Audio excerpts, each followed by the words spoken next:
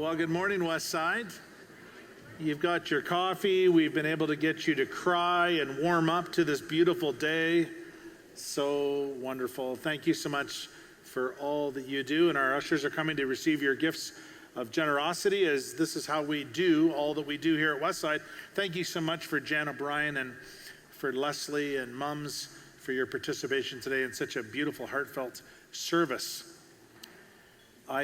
We're talking today about now before next. Now before next.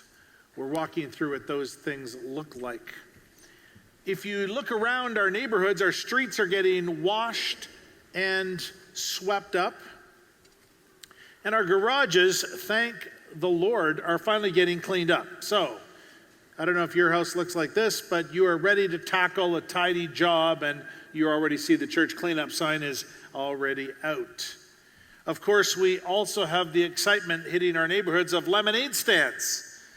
They've already made an appearance. It's good to know that even the Hollywood celebrities, Gwyneth Paltrow is there with her kids, helping them understand the value of work and what they can do to work for 2 or 3 days making lemonade and receive about $1.50 in donations. What's happening is summer is in the air, and for us that's a big deal. We tend to go, our springtime goes from winter and snow and cold to beautiful summer. It's a very fast transition for us. But before these transitions come, it's important for us to realize that however we are excited about that we have to stop in the now. In the day that we have right in front of us. We just talk about summer, and then we talk about barbecues, and then before you know it, we are thinking of our list of the first summer party that we are going to have on our deck, and who do we need to invite over, and who couldn't make it last year, and we start looking ahead. We live each day in the now, and it's tricky for us to stop focusing on tomorrow.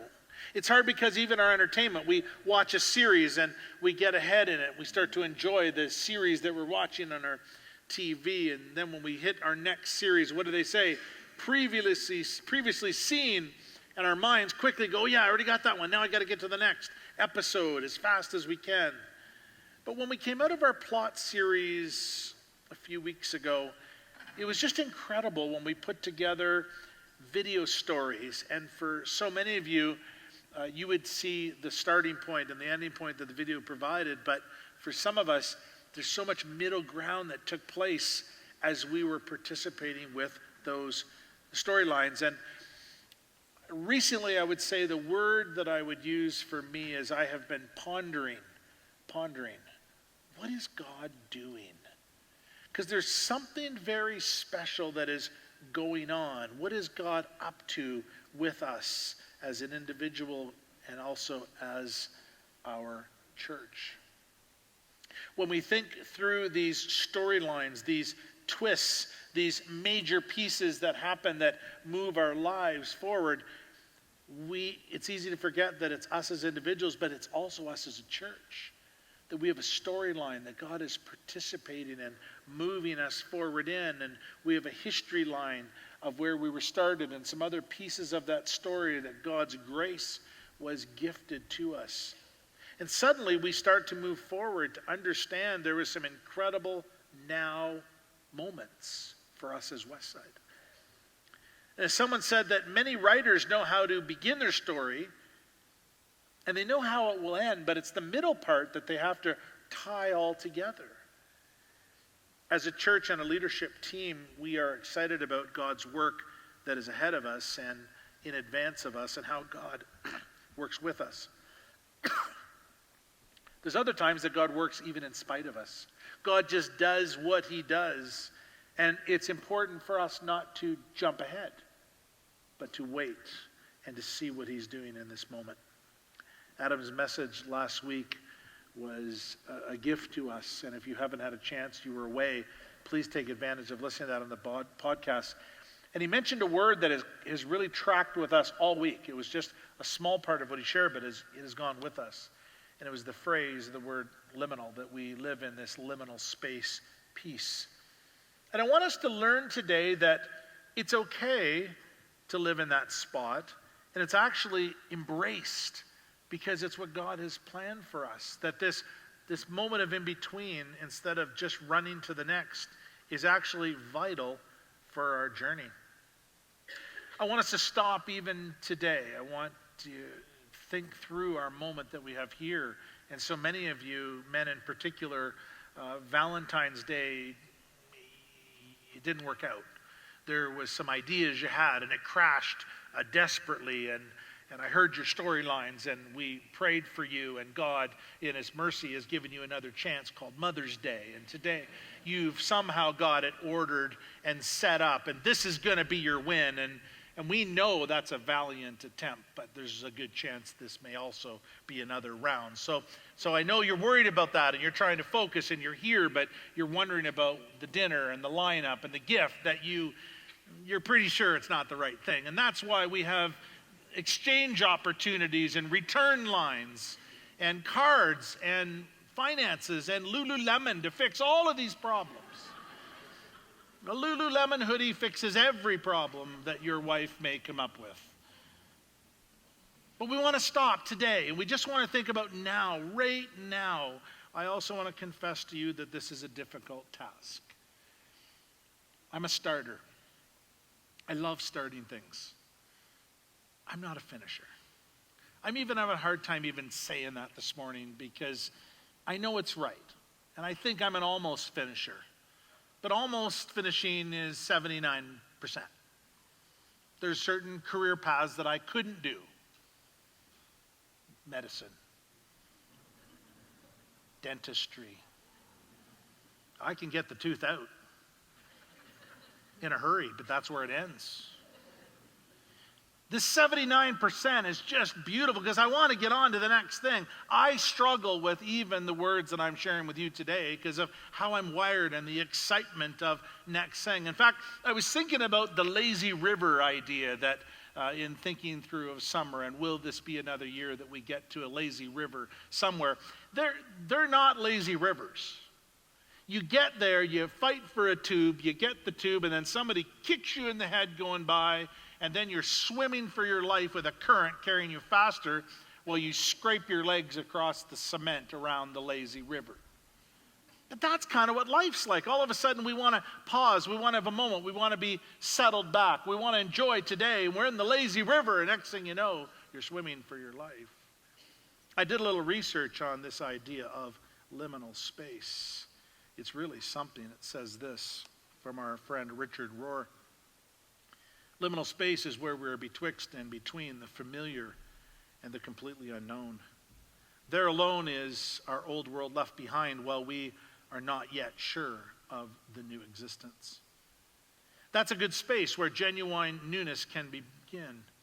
Get there often and stay as long as you can by whatever means possible.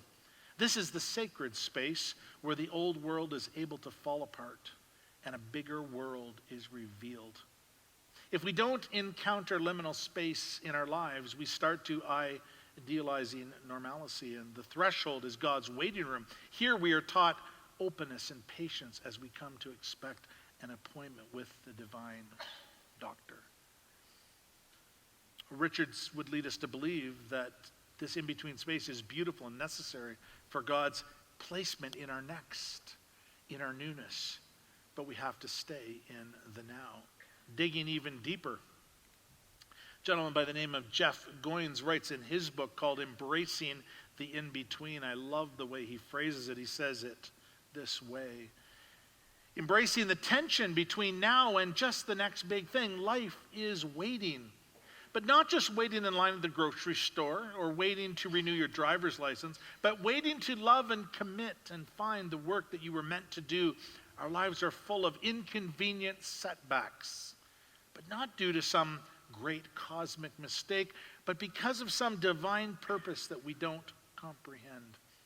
In the waiting, we become. We become. Life does not always give us the great endings that we have planned on. It doesn't always work out the way that we thought. But one thing that we need to wrestle is the now before the next. Often it's this intersection between these two pieces that we get stuck at. Now this morning I want to do something different. I've just pulled 3 texts to encourage us with the now moment. And so because I'm being easy on you, you don't have a lot to memorize today. But there is a catch. Out of the 3 simple scriptures, one of them you have to take home. You can take 2. You can be greedy and even take 3. But you have to take at least 1. So as we walk through the now, as we look at God's word and how it encourages us to move into this moment, you got to pick 1. Here we go. What is the risk of trading the next for the now? What is the risk of ignoring the now and jumping through to the next? I believe that sometimes the cushion or the thought of the next allows us to never deal with the now. We get dreaming about the future. We get thinking about what's to come, and we forget about what is in front of us. We have all been warned with children, they grow up way too fast, and we all went, of course they do, and we ignore it, and one day, boom, they're in a driver's license. What's going on? They've grown up so fast. Baby dedications, number 1, number 2, number 3, and we just keep moving quickly, and life seems to catch us off guard. We have to fight for the now because the cushion of next we get caught in. The speed of our culture is next. Creativity and the way that our operations work around us, that we need, as God said, moments of now, but our culture doesn't allow it. You fight for that van that comes right after baby dedications, believe it or not. Many of you today, baby number 1, you're going today to buy a van. You didn't think about that. You fought it, and now a baby and a stroller and a bag. I've got to have a van. But then you buy your van, and then the new van comes out, and now there's video games built right into vans. Well, we can't have a van that just stores our seats and our camping gear. We have to have one with video games. Now we've got to move to the next. Our technology. Do you know that by the time you sort out with Rogers or Fido your new phone and it arrives, the new one is already out? You haven't even got your first bill and it's already no good, and you've got to get the new one with double cameras, overhead viewing. Now we have bird's eye view on cars. Hard to keep up with the next. But you know, there's also, and I'm a little guilty here, there's adrenaline with next. There's something about the buzz of the next stuff coming on that we just get excited about. But with the adrenaline rush of the next also comes a weariness of tired. There's something when we think about this text that God has given us to help us with sorting this out. It says in Galatians, which is a great piece for us, it says, "Let us not become weary in doing good, for at the proper time we will reap a harvest if we just don't give up." But it comes at the proper time. It doesn't come at the time that we think it should. Please don't let the good work that you are doing wear you down. I want to pause for a moment. I want to say this to mothers. You are the superheroes. You do so much that as men we do some. We want more rewards for our some. We think it's a bigger deal when we do some. It never feels that way because you do so much in comparison to what we do. But you are the superheroes. You carry so much that we never even really know. In fact, often it's not until our mothers are gone from us that we start to comprehend the work and the weight, the spiritual care, the regular life routine, all of the things that are juggled because of the role of a mom. Leaders and volunteers. Every Sunday, every week, things come together here because of volunteers. Because of the great work that you're doing, our Sunday school leaders, our children's helpers, baptism moments, screens, Mother's Day moments on the stage, coffee at the back. So much goes on because of the serving in the good and how great you serve your church. Thank you. But we got to guard ourselves, even as leaders, that we don't get weary in the well-doing, and the next can drive us to that. We have to listen and be cautious. You know, even the surprise that God brings to us is always special. We have 3 kids, so our house is fairly busy. We have lots of activities. They are highly social. They have lots of friends. And we've now decided a new rule that if a good week takes place, we have the ask moment, which takes place on Friday. I have decided to be the fairy godmother for this moment, so they get one wish that I will do my best to grant on a good week of behavior. You guys get it. There's no chance they're getting what they want. It's a great gig. I was working at home and arranging my notes and making sure it was fitting and flowing for my brain, and everything had to be there. And my 12-year-old son, who has the longest list of asks, much like his father, came over to interrupt me, and I was ready. I knew this was going to be repair it, go buy it, can you create it? I knew where he was going. He said, "What are you doing, Dad?" I said, "I'm just putting my message together." He said, "Give me that thing." And he grabbed the computer. I thought he was going to Amazon. To my surprise, he said this: "We are learning that God is closer to us than it seems." And he wrote that in my notes. What is going on with our youth department? I know I dropped them off. I don't know what they're doing, but something wonderful happened this week with our son. I thought he was going to go right on and buy something behind my back, but no, God was having a moment right there. So let me encourage you with this. We never know the time because it's in God's time. But moms and dads, leaders, volunteers, don't be weary in the good things that you're doing, because God sees it and he will sort it. The second question that we have to sort out is, what do we know about the now? What do we know about today, the moment, the middle? The scripture in Peter says this: "Humble yourselves under God's mighty hand, that he may lift you up," and here it is again, "in due time. Cast all your anxiety, your cares on him, because he cares for you." There's something special about the idea of humility, and it comes when we aren't in control of the next, because it's not about us. God is holding things back. He's waiting for some other pieces to get sorted. And when it's out of our control, it's humbling. It can even be frightful that we can't push it forward. Here's what we know about the now. Now is more important than the next. Now paves way or determines your next move. But it starts in the now. When I look back over the last few weeks and the last year, you know, when we enter into our moment of faith, believing is a now move. We start to believe. And when we believe, it's a now move for the next step of our journey of faith. Generosity is a now move for the next chance and opportunity that God is bringing to you as you learn the idea of sharing and giving and worshiping with our funds. Worship is a now move. So many of you have come and enjoyed the worship and the music, but now you're entering in. You're starting to hear songs that are connecting to your journey of faith, and you are worshiping. I can tell because I can hear you sing. But it's a now move for the next. Serving is a now move for the next. Remember the first time you said, "I've never done that. That's kind of strange."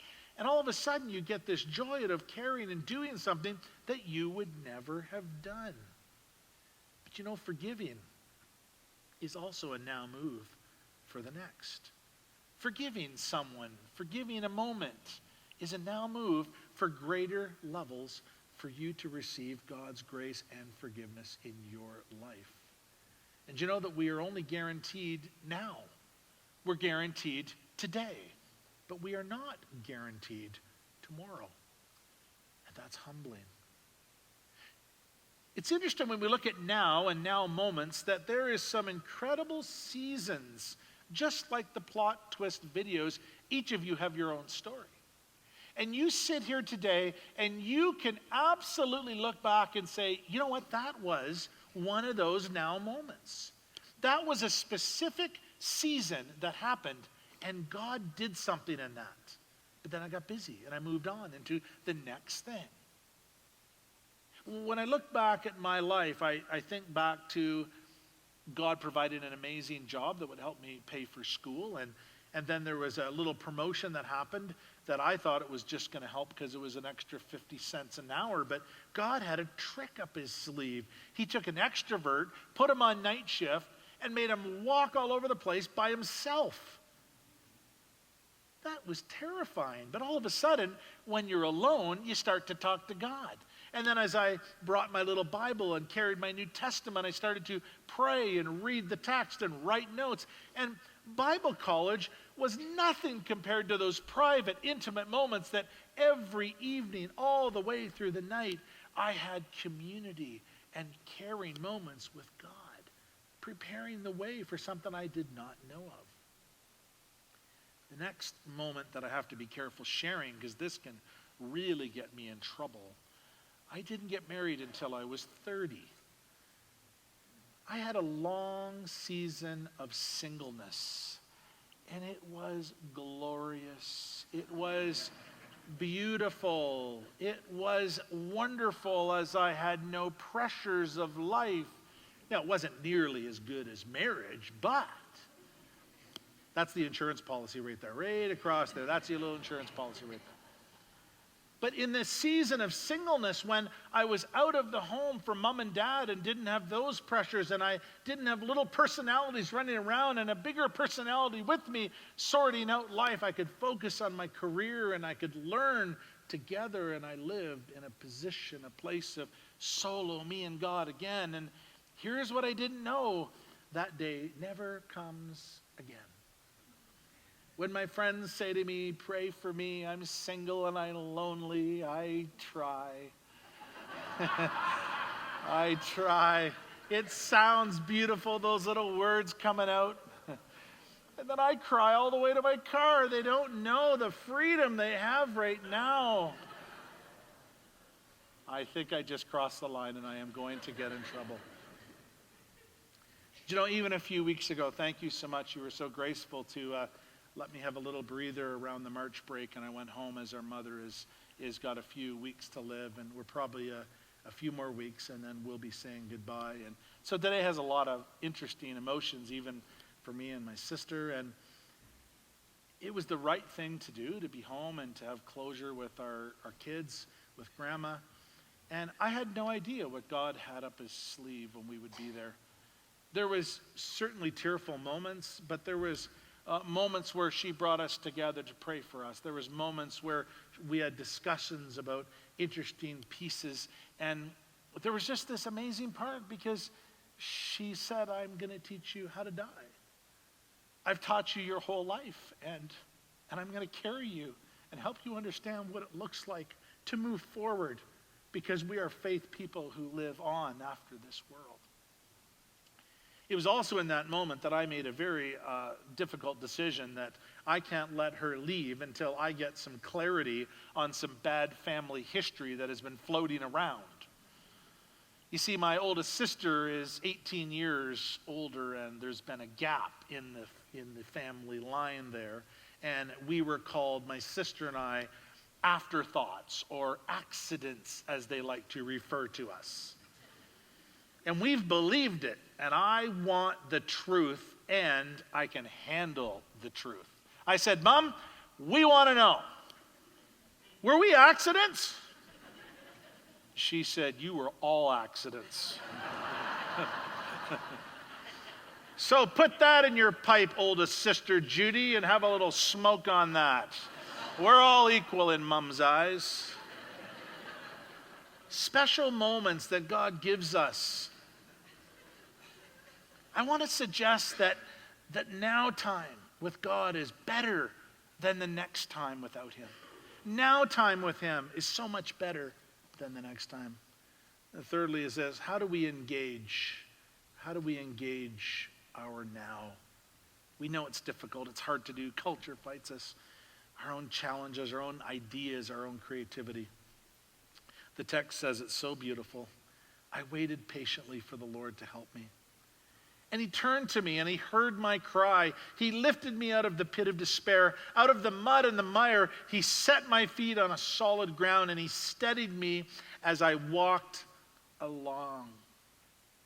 That's how we engage the now. We need his help.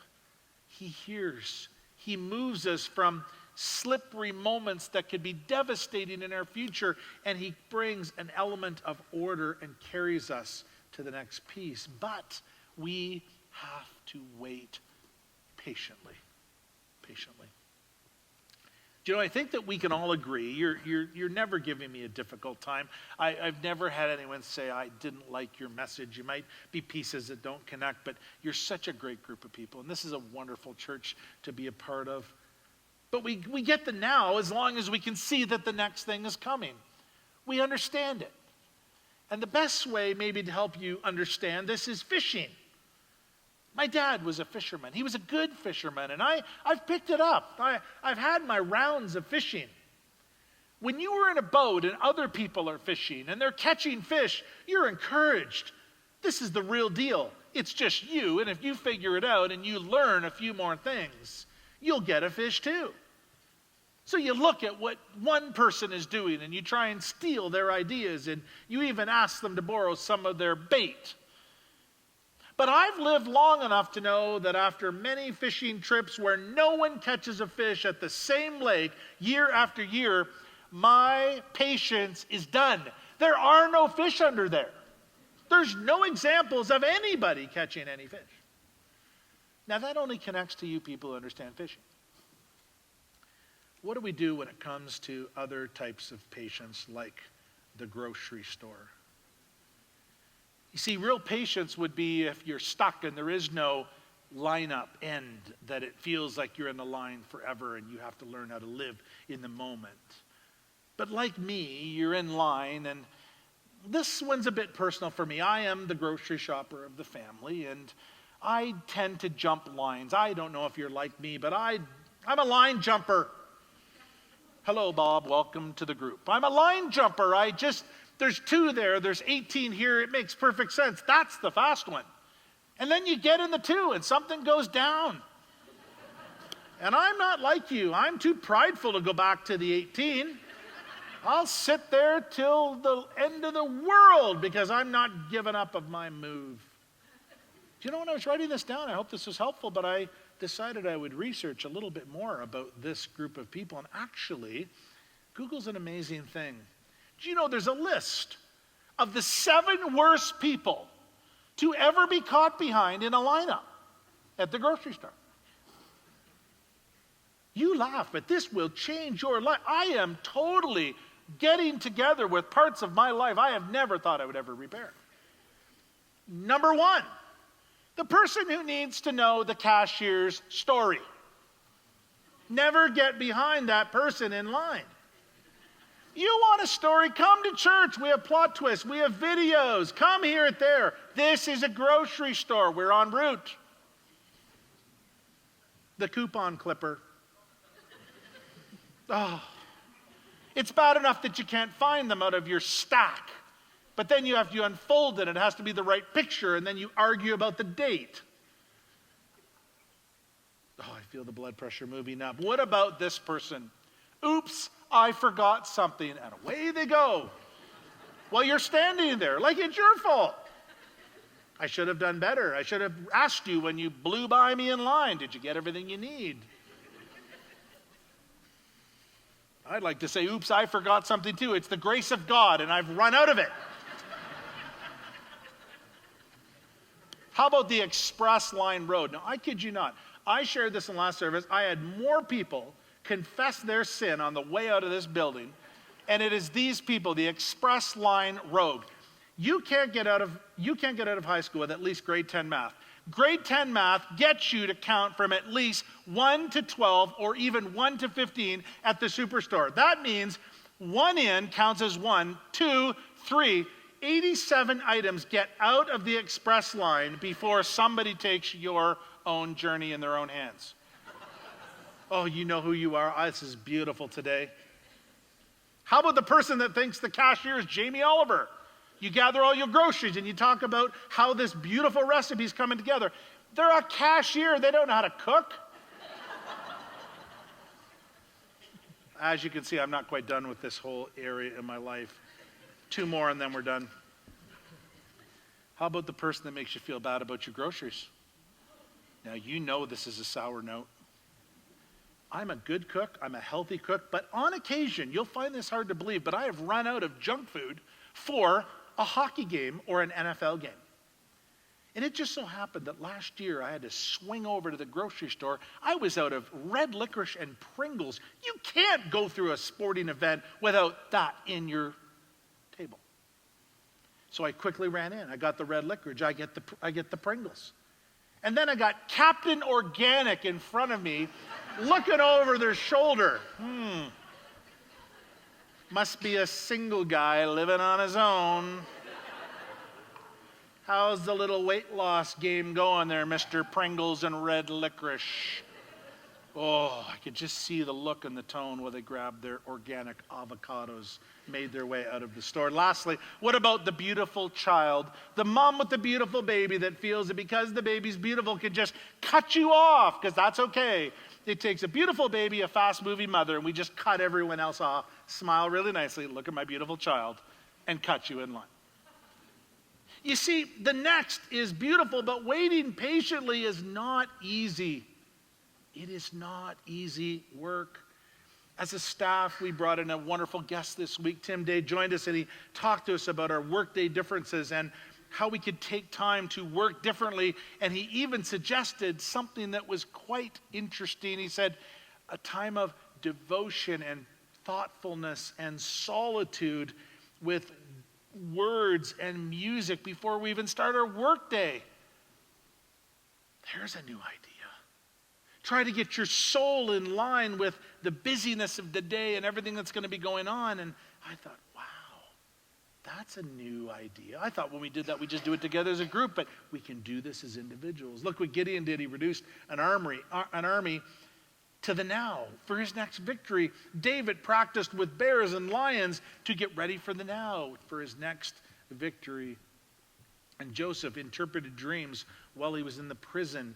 The dreams and his interpretation was part of the now to get ready for one day when he would be in the palace as a top-level leader. Has there been something in the past that has happened in your life that you just didn't get through or you've carried on and not sorted? When Tim was here, he said something to me that was absolutely life-changing, and it was little. Often those special moments are. He said, Bobby, time does not stop for our personal repairs. Time does not stop for the personal errors and moments that we get injured. We just keep on rolling. So I want us to ask the question today when we think about the now. Has life rushed away from you? Has it stolen from you a little moment of healing for your soul? I think God is sneaky as we close today. I'm starting to realize that the older I get, the more that I mature in my faith, the less that I know. Because I think I have it figured out, and then a curveball happens. 24 years ago, I was in Rhode Island at the school that I had chosen to start with my education. And when I arrived there, gung-ho, excited, and extrovert, building relationships with people, that's what it's going to be. There was a person that I met that was very difficult. They were a year ahead. They were not friendly. They were actually quite rude. They didn't overly care for Canadians. And it didn't go well.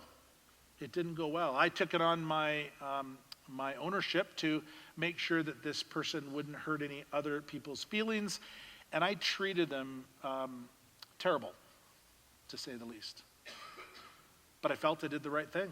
This person never made it to the list. You know, we all have a list. One day I'm going to apologize to Uncle so-and-so, and one day if I ever get a chance, I should probably write a letter to that person in school that I took their car and emptied it with gas, and, you know, they never knew it. And, you know, we have those little moments, right? And then all of a sudden it happens, and we tell a story, and we get on the plot twist video. We know all of that happens. This person never made it to my list. This was not something I'm hoping one day I would get sorted out. I honestly had completely forgotten about this person. And this week we're at Pastors Conference in town, where every 2 years we get together, Edmonton, Calgary. Edmonton, we're going to host it, but they were crying. So unfortunately, they weren't able to host this year. Something went wrong. I don't know what it was. They thought they were going to win something. I don't know what it was. Anyways. And here I was walking around and I was meeting some few people, and then I wandered by the book table where they sell a lot of resource materials, and I thought I should get a book and read it and impress Bob and David and Adam. That would just be a great thing to do. That was a stupid idea. Well, I'm at the book table, some guy comes up and starts talking with me. We're chatting away, and all of a sudden I look at his face. He looks familiar. I look down at his name tag. That's the guy. 24 years ago, I took you to the woods. We had a little tussle. Oh, I was supposed to tell that part, sorry. And here we are at the book table, at the Jesus book table. And I turned to him, I said, do you know who I am? And he goes, no. I said, well, I remember you. We started to share our story. And right there, I thought, I can't move. I can't miss this. I said, I'm sorry. I'm sorry. I said, I made your life very difficult. You weren't nice, but I didn't help. And we had this moment together. He's coming here in 2 weeks to help us with our curriculum. I might have found a new friend. There's a terrifying part of this story. That's what I'm worried about. You see, God is at work, and God is working out even the little details that aren't even on your list, because he cares that much about now for the next. As we close today, it was on our wedding day that I said to Heather, please, as much as I just so love how you sang, don't sing. I've lost my dad. It's been 5 months. Here we are standing at the front of a church, and it's going to be a beautiful ceremony, and I just won't be able to hold it together in general, let alone with you singing. And she said, you're right. She said, you're right. It's probably too much pressure on me, and we don't need that added pressure. And Heather, true to herself, completely did the opposite. And in the middle of the ceremony, out comes a microphone magically, and she sang the words to this incredible song that fits us today. And it really is quite beautiful. It says this day is fragile, soon it will end. And once it has vanished, it will not come again. So let us love with a love pure and strong before this day is gone. This day is fleeting when it slips away. Not all our money can buy back this day. So let us pray that we might be a friend before this day is spent. Early in the first service, I was throwing a little curveball in, saying hello to a few West Siders, and one beautiful couple said, it's Mother's Day, and we just got to get out there and do the right thing. And they didn't know what I was speaking today, but boy, it hit me hard. We've all been there. I used to steam open envelopes, and my sister would do a beautiful job getting the most beautiful card for Mom, and I'd steam the envelope open, and I'd write my name on it with hers. And it was a good gig for a number of years, let me tell you. It was a really good gig, and then I got caught. And I was thinking today, there's so much going on with the next. We got to get hockey games tonight. We got things at work tomorrow. We got to swing out, and we got to say hello to Mom or mother-in-law, and it's just going to be a beautiful moment. But ultimately, it's just kind of in the way of the busyness where we're going. And then it hit me this morning. You see, we had a funeral on Friday of a wonderful woman that is gone, a friend from the community, a mother-in-law to the community family. And you see, they can't celebrate that today. Their time, their moment, their now was last year. This will be my last chance, my last Mother's Day this year. But it's now because Mom's still with us. So I want to leave you with a prayer and just a reminder that the now moment counts. And I know you're brilliant people, so much to do, so many things you have planned, but the now moment counts. We have this day, and it is fragile.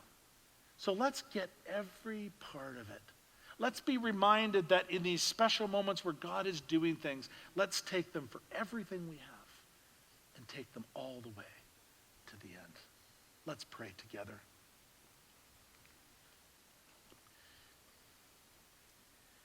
God, out of Isaiah 40, verse 4, it's so beautiful as it says, every valley shall be lifted up, and every mountain and hill be made low. The uneven ground shall become level, and the rough places a plain. But while we are waiting for this to take place, God, would you help us? And give us patience. Let us see pieces of our life that we may have missed along the way.